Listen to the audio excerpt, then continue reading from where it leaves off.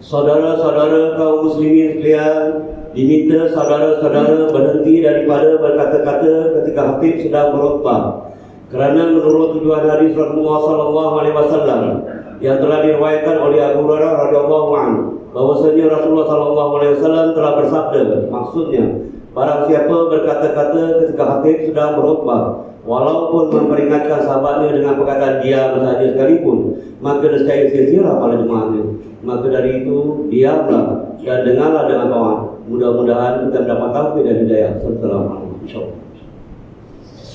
Alhamdulillah. Alhamdulillahil qail. Kullu nafsin za'iqatul maut wa nabluukum bisyarri wal khairi fitnah wa ilayna turja'un. Asyhadu an la ilaha illallah wahdahu la syarika lahu wa asyhadu anna sayyidana Muhammadan 'abduhu wa rasuluh. Allahumma shalli wa sallim ala sayyidina Muhammad wa ala alihi wa ashabihi ajma'in. Amma ba'd, fa ya ibadallah, ittaqullah. أوصيكم وإياي بتقوى الله وقربان المتقون. قال الله تعالى في كتابه العزيز: يا أيها الذين آمنوا أطيعوا الله وأطيعوا الرسول وأولي الأمر منكم فإن تنازعتم في شيء فردوه إلى الله والرسول إن كنتم تؤمنون بالله واليوم الآخر ذلك خير وأحسن تأويلا. Surah An-Nisa ayat 59 yang bermaksud, wahai orang yang beriman, taatlah kamu kepada Allah dan taatlah kamu kepada Rasulullah dan kepada ulil amri, yaitu orang yang berkuasa daripada kalangan kamu. Kemudian jika kamu berbantah-bantah yakni berselisihan dalam sesuatu perkara, maka hendaklah kamu membalikannya kepada kita Allah, yaitu Al-Quran dan Sunnah Rasulnya, jika kamu benar-benar beriman kepada Allah dan hari akhirat. Yang demikian adalah lebih baik bagi kamu dan lebih elok pula kesudahan. Sidang Jumat yang dirahmati Allah sekalian, marilah kita meningkatkan ketakwaan kepada Allah Subhanahu wa taala dengan bersungguh-sungguh melaksanakan segala perintahnya dan meninggalkan segala larangannya. Mudah-mudahan kita mendapat rahmat dan keberkatan hidup di dunia dan di akhirat. Khutbah pada hari ini akan menyentuh berkenaan tajuk garis pemisah yang hakiki. Ma'asyiral muslimin rahimakumullah. Kematian merupakan garis pemisah yang hakiki bagi setiap makhluk yang bernyawa. Mati tidak mengenal usia, sama ada tua maupun muda, kanak-kanak atau remaja. Kematian pasti akan mengetuk pintu rumah setiap daripada kita dan berkunjung mengikut waktu yang telah ditetapkan oleh Allah Subhanahu wa taala. Garis pemisah ini adalah merupakan suatu tempo penaman bagi manusia yang telah diberikan peluang untuk hidup di dunia, dan kini mereka akan memulakan perjalanan ke alam yang baru, yaitu alam barzakh. Persoalannya, sejauh manakah persediaan yang telah kita siapkan untuk hari yang mendatang, dan apakah perbuatan kita selama hidup di dunia ini bakal memberikan nutijah yang baik untuk kehidupan yang akan datang? Mari kita renungi firman Allah Subhanahu wa taala dalam surah Al-Anbiya ayat 35 sebagaimana yang telah dibacakan pada awal khutbah tadi, yang bermaksud tiap-tiap yang bernyawa akan merasakan mati, dan kami menguji kamu dengan keburukan dan kebaikan sebagai cobaan yang sebenar-benarnya, dan hanya kepada kami kamu dikembalikan. Saat ditarik nyawa dan roh sedikit demi sedikit, saat itulah merupakan detik yang paling menyakitkan bagi setiap yang bernyawa. Tiada obat yang boleh diberi untuk menghalang kematian daripada mendekati kita. Tiada pula pakar perubatan yang mampu menawarkan hikmat penangguhan kematian. Bentuk kematian pula datang berbeza-beza mengikut hal keadaan si mati. Ada yang sampai ajalnya kena sakit, ada juga yang mati secara mengejut, ada yang mati di dalam keadaan sedang lena tidur, dan ada pula yang mati ketika sedang sibuk bekerja. Kita tidak akan pernah tahu di bumi mana kita akan mati, jam berapa kita akan dijemput, dan bagaimana keadaan saat ajal menjelang tiba. Dalam satu kisah yang disebutkan dalam kitab At-Tawwabin, tulisan Ibnu Qudamah Al-Maqdisi, diceritakan mengenai kisah seorang pemuda yang ingin berbuat maksiat. Suatu hari ada seorang lelaki yang menemui seorang ulama tasawuf, yaitu Ibrahim bin Adham. Lalu dia berkata, "Wahai Tuan, aku mempunyai satu tabiat buruk. Aku ini gemar melakukan maksiat. Maka berikan nasihat yang baik kepadaku." Maka dijawab oleh Ibrahim bin Adham, "Aku akan berikan 5 syarat. Seandainya 5 syarat ini dipenuhi, niscaya engkau boleh terus melakukan maksiat." Lelaki itu pun berkata, "Sebutkan syarat itu." Lalu dijawab, "Yang pertama, engkau boleh melakukan maksiat selagi engkau tidak makan dari rezeki Allah. Yang kedua, jangan engkau lakukan maksiat itu di bumi Allah. Yang ketiga, pastikan maksiat itu tidak diketahui Allah. Yang keempat, seandainya malaikat mau datang kepadamu dan ingin mencabut nyawamu, katakan padanya untuk menunda seketika kematianmu. Dan yang terakhir, ketika malaikat Az-Zabaniyah ingin mencampakkan kamu ke neraka, katakan engkau tidak mahu mengikutinya. Seandainya kelima-lima syarat ini ditepati, maka teruskan dengan perbuatan maksiatmu." Pemuda itu pun bermuhasabah dengan nasihat yang diberikan oleh orang alim tersebut. Saudara-saudaraku kaum muslimin yang dirahmati Allah sekalian, ajal kematian sememangnya bukanlah satu perjanjian Allah yang boleh ditahan atau ditangguhkan. Ajal adalah satu ketetapan yang telah ditentukan oleh Allah Subhanahu wa taala. Persoalan tentang bilakah waktunya, tempat, keadaan, dan bagaimana cara ia berlaku adalah hak mutlak urusan Allah. Setiap orang telah ditulis tempoh ajalnya secara tepat di dalam pengetahuan Allah Subhanahu wa taala. Ia tidak boleh diawalkan atau dilewatkan walaupun sesaat. Tidak ada seorang pun boleh melarikan diri daripada menerima ketentuan ajalnya, apatah lagi mengelak atau menukarkannya kepada orang lain. Allah Subhanahu wa taala mengingatkan berkenaan hal ini menerusi firman-Nya dalam surah Al-A'raf ayat 34.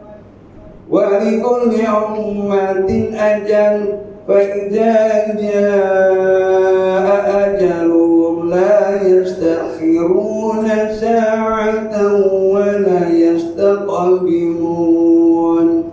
Yang bermaksud, dan bagi setiap umat ada tempohnya yang telah ditetapkan. Maka apabila telah datang waktunya, mereka tidak dapat memundurkannya walaupun sesaat, dan tidak pula mereka dapat mempercepatkannya. Agama Islam memberikan panduan yang penting kepada umat manusia agar sentiasa mencari ruang untuk mengingati kematian.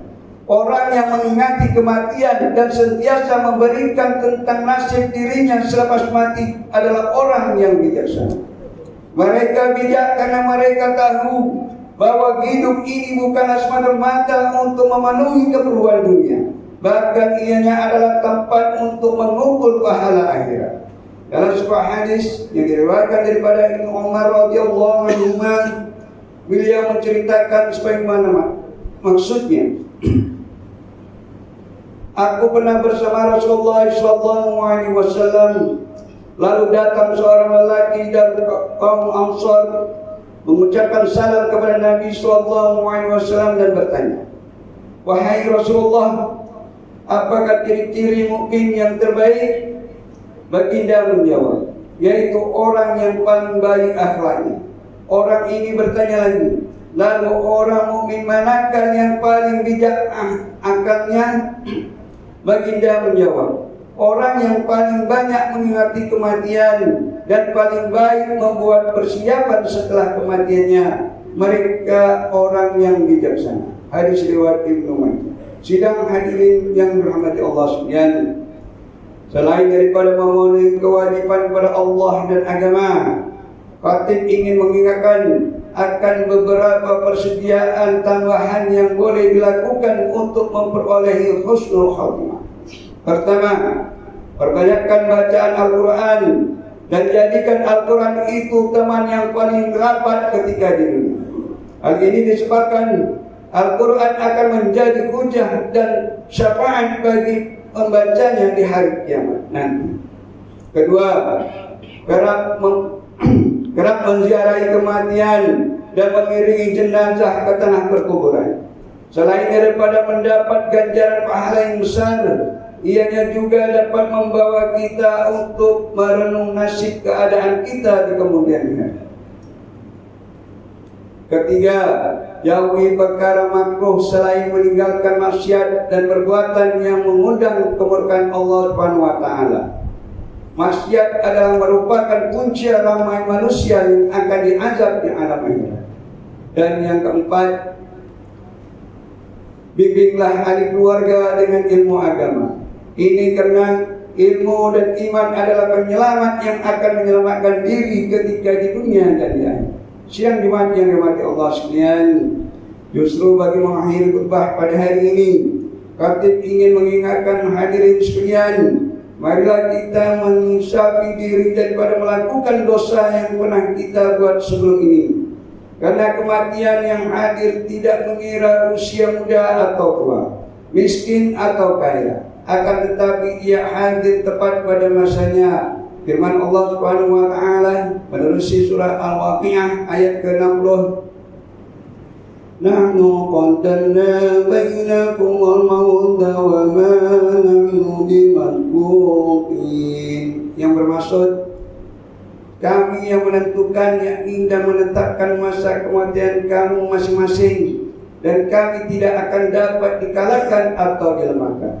Barakallahu li wa lakum bil Qur'anil azim wa nafa'ani wa iyyakum bima fihi minal ayati wa dzikril hakim. Wa taqabbal minni wa minkum tilawatahu innahu was-sami'ul 'alim. Aqulu qawli hadza wa astaghfirullaha li wa lakum wa lisa'iril muslimina wal muslimat wal mu'minina wal mu'minat fastaghfiruhu ya fadhal mustaghfirin wa ya najat taibin. Amin ya muwaffiqal ta'in waghfirna li ta'atika ajma'in wa tub 'alaina wa 'alal muslimin waghfir dhanba man yaqulu astaghfirullahal 'azim. Astaghfirullah.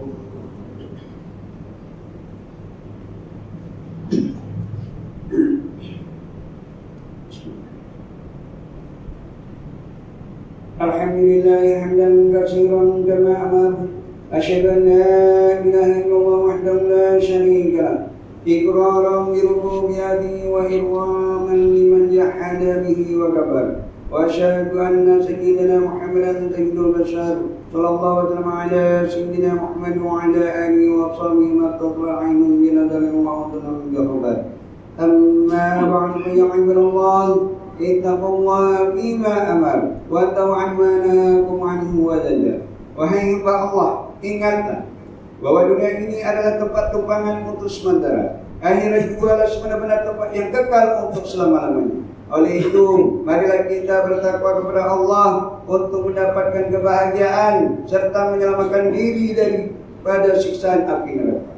Allah berfirman dalam surah Al-Ahzab ayat 56, Innallaha wa malaikatahu yusalluna 'alan nabi ya ayyuhalladzina amanu sallu 'alaihi wa sallimu taslima.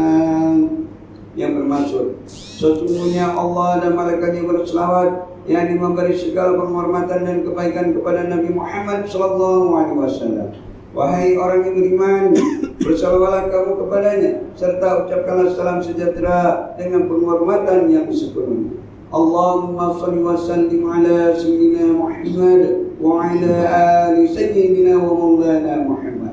Marilah kita bermohon kepada Allah Subhanahu wa taala semoga Allah meridai khalifah Rasulullah sallallahu alaihi wasallam, yaitu Sayyidina Abu Bakar As-Siddiq radhiyallahu anhu, Sayyidina Umar bin Khattab radhiyallahu anhu, Sayyidina Utsman bin Affan radhiyallahu anhu, dan Sayyidina Ali bin Abi Thalib radhiyallahu anhu, dan sahabat-sahabat baginda yang sama-sama berjuang menegakkan agama Allah yang Maha Suci ini radhiyallahu anhu. Seterusnya kepada bapa saudara junjungan kita Sayyidina Hamzah dan Sayyidina Abbas radhiyallahu anhuma, cucunda baginda Sayyidina Hasan dan Sayyidina Husain radhiyallahu anhuma, putri-putri baginda Sayyidatuna Fatimah Zahra dan lain-lainnya radhiyallahu anhunna, istri-istri baginda Sayyidatuna Khadijah, Sayyidatuna Aisyah dan lain-lainnya radhiyallahu anhunna. Kepada sekalian keluarga, sahabat-sahabat, pengikut-pengikut sahabat radhiyallahu anhum, dan yang menuruti mereka itu dari semasa ke semasa hingga hari kiamat. Allahumma kullil muslimin wal muslimat wal mu'minin wal mu'minat al-ahya'i minhum wal amwat. Ya Allah, ampunkanlah sekalian kaum muslimin dan muslimat, mukminin dan mukminat, sama ada yang masih hidup ataupun yang telah meninggal dunia. Ya Allah, peliharakanlah akidah kami yang melandaskan akidah Ahlussunnah wal Jamaah, aliran Asy'ariyah dan Al-Maturidiyah. Ya Allah, pelihara, lindungi, jauhi dan selamatkanlah apalah kiranya diri kami ini, zuriat keturunan kami, keluarga kami dan umat Islam keseluruhannya daripada apa jua bala dan bencana, wabak dan penyakit, segala mara bahaya, kesusahan dan keburukan. Ya Allah, kurniakan kemuliaan dan kesejahteraan kepada mereka yang melihat dan menafkahkan hartanya di jalan-Mu, seperti pembayar-pembayar zakat, pewakaf-pewakaf dan seumpamanya. Ya Allah, kurniakanlah taufik dan hidayah, kekuatan, kesejahteraan dan pertolongan kepada ketua-ketua negara Islam dan raja-rajanya, khasnya kepada Abdul Harith Al-Syekh Triparga Baginda yang di-Pertuan Agung Sultan Ibrahim Ibn Marhum Sultan Iskandar, kepada Sri Paduka Baginda Raja Permaisuri Agung Raja dari Sofia bin Amun Sultan Idris Shah, kepada Tunku Mahkota Ismail Ahmad Sultan Ibrahim Pemangku Sultan Johor dan Tuan Mahkota Khalidah Johor Tunku Iskandar Ibn Tunku Ismail Raja Muda Johor, putra-putra dan putrinya, kerabat-kerabat di Raja Sattara yang sekalian. Allahumma adil Islam wal muslimin wa adil kamarullah wa tadi'an sayyati wal musyrikin wa kullaman wa'an walidin. Allahumma farrij humumul muslimin wa qiddaina 'anil madini wa asil 'alatul majuni wa ja'al hadzal balada amina mutma'inna rahiyya wa sa'ira biladil muslimin. Amin ya rabbal alamin. Allahumma qini salamata wal 'afiyata lana wa na'dika hujjati wal mudati wal musafirin bi baraka wa baraka wa jawika min ummati Muhammadin ajma'in. Allahumma adkhilna wa dhurriyyatina wa usulana wa qur'ana al-jannata ma'abrar ya 'aziz ya ghaffar ya rabbal alamin. Rabbana hab lana min azwajina wa dhurriyyatina qurrata a'yunin waj'alna lil muttaqina imama. ربنا اغفر لنا ولإخواننا الذين سبقونا بالإيمان ولا تجعل في قلوبنا غلا للذين آمنوا ربنا إنك رؤوف رحيم. ربنا آتنا في الدنيا حسنة وفي الآخرة حسنة وقنا عذاب النار والحمد لله رب العالمين. عباد الله، إن الله يأمر بالعدل والإحسان وإيتاء ذي القربى وينهى عن الفحشاء والمنكر والبغي يعظكم لعلكم تذكرون.